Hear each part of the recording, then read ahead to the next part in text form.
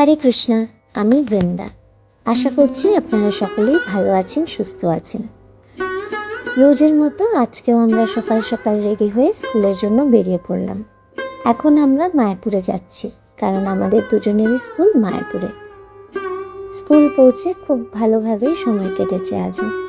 জানেন, স্কুলে আসতে আমার খুব ভালো লাগে। এই ছোট্ট ছোট্ট বাচ্চাগুলোকে দেখে নিজেদের ছোটবেলার কথা মনে পড়ে যায়। কি ভালোই না ছিল সেই দিনগুলো, খুব মিস করি। কিন্তু এখানে আসলে, এই ক্যাম্পাসে ঢুকলে মনে হয় আবার সেই সময়ে ফিরে গেছি, ছোটবেলার দিনগুলোতে।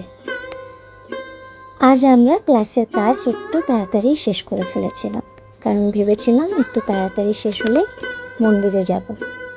কিন্তু সেটা আর হলো না, তাই বাচ্চারা বেরিয়ে যাওয়ার পরে আমরা বেরিয়ে গেলাম মন্দিরের জন্য। আজ ছিল জননিবাস প্রভু এবং পঙ্কজায়ী প্রভুর শুভ আবির্ভাব তিথি।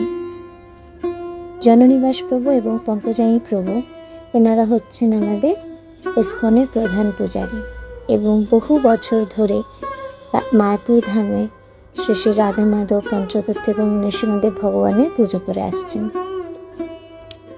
এনাদের কথা যতই বলি ততই কম। আর আমার মতো একজন অধমের মুখে আমি বলার ভাষাও খুঁজে পাচ্ছি না। যাই হোক, আমি ভাবতেও পারিনি যে এত লেটে এসেও আমি দর্শন করতে পারবো, কিন্তু ভগবানের কৃপায় সেটাও হলো। জানেন, মায়াপুর হলো চিন্তামণি ধাম। এখানে মন থেকে যা ইচ্ছা করা হয়, যেটাই আমরা চাই ভগবান সেটাই পূরণ করেন। আজ আমাদের অনেক সৌভাগ্য হলো যে আমরা শিল প্রভুপাদের সিনিয়র ডিসাইপলদের একটু দর্শন করতে পেরেছি। কারণ হয়তো রোজ মায়াপুরে আসি, কিন্তু মন্দিরে আসার সুযোগ হয়ে ওঠে না।